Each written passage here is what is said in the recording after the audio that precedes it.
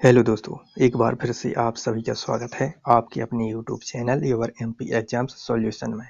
यहाँ हम मध्य प्रदेश पटवारी की परीक्षा में पूछे जा रहे प्रश्नों को लेकर आए हैं, जिससे आप अंदाजा लगा सकते हैं कि किस प्रकार के प्रश्न पूछे जा रहे हैं और कहाँ से प्रश्न पूछ रहा है। तो देखते हैं वो प्रश्न कौन कौन से है। तो हमारा पहला प्रश्न है गिद्दा क्या है।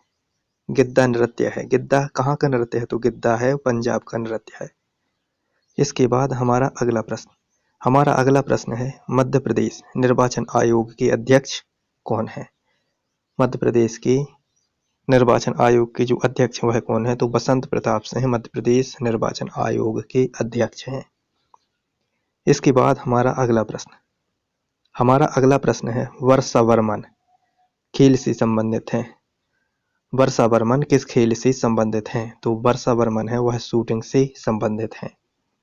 इसके बाद हमारा अगला प्रश्न है परमाणु ऊर्जा आयोग के अध्यक्ष कौन है।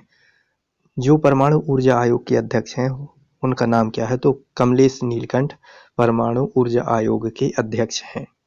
इसके बाद हमारा अगला प्रश्न है वैदिक काल में कर को कहती थी।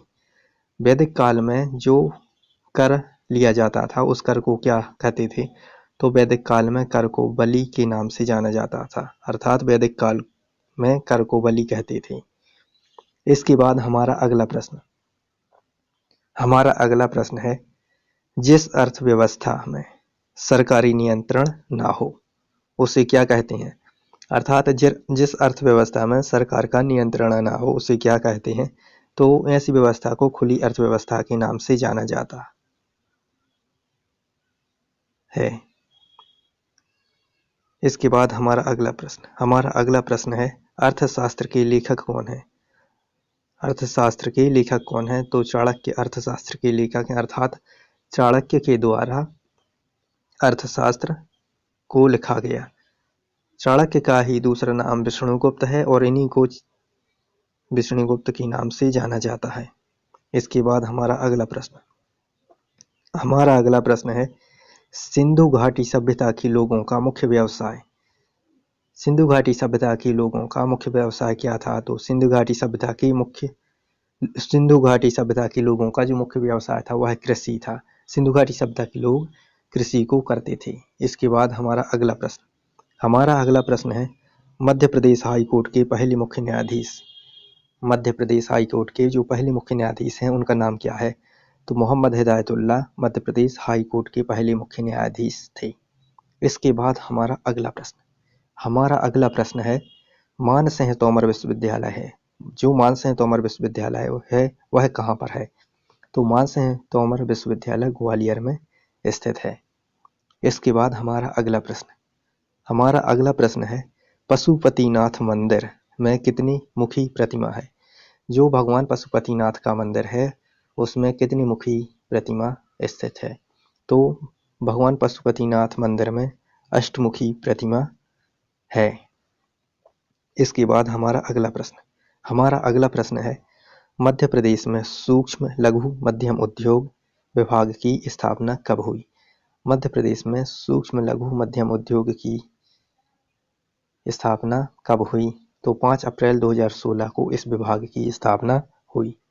इसके बाद हमारा अगला प्रश्न है भरतनाट्यम नृत्य है, अर्थात भरतनाट्यम जो नृत्य है वह कहाँ का नृत्य है? तो भरतनाट्यम नृत्य तमिलनाडु का नृत्य है। इसके बाद हमारा अगला प्रश्न है वैशाली में सर्वप्रथम गणतंत्र की स्थापना की। अर्थात वैशाली में सर्वप्रथम गणतंत्र की स्थापना किन के द्वारा की गई? तो वैशाली में सर्वप्रथम गणतंत्र की स्थापना लिच्छवियों ने की। लिच्छवियों वंश द्वारा गणतंत्र की स्थापना की गई। इसके बाद हमारा अगला प्रश्न है 2023 में खजुराहो में नृत्य समारोह का कौन सा संस्करण आयोजन हुआ। अर्थात 2023 में खजुराहो में जो नृत्य समारोह का आयोजन हुआ वह कौन सा संस्करण था? तो वह 49वां संस्करण था। इसके बाद हमारा अगला प्रश्न है नीरज चोपड़ा ने कितने मीटर भाला फेंक कर स्वर्ण पदक जीता। नीरज चोपड़ा ने कितने मीटर भाला फेंककर स्वर्ण पदक जीता? तो 87.58 मीटर भाला फेंककर स्वर्ण पदक जीता नीरज चोपड़ा के द्वारा। इसके बाद हमारा अगला प्रश्न है, कैप्टन रूप सिंह स्टेडियम में पहला इंटरनेशनल वनडे मैच हुआ। कैप्टन रूप सिंह स्टेडियम में पहला इंटरनेशनल वनडे मैच कब हुआ? तो 12 जनवरी 1988 में भारत और वेस्ट इंडीज के मध्य वनडे मैच हुआ कैप्टन रूप सिंह स्टेडियम में। इसके बाद हमारा अगला प्रश्न है, मध्य प्रदेश में मराठा साहित्य अकादमी है। मध्य प्रदेश में जो मराठा साहित्य अकादमी है वह कहाँ है? तो मराठा साहित्य अकादमी भोपाल में है। इसके बाद हमारा अगला प्रश्न है, कुचिपुड़ी क्या है? कुचिपुड़ी क्या है? तो कुचिपुड़ी एक नृत्य है।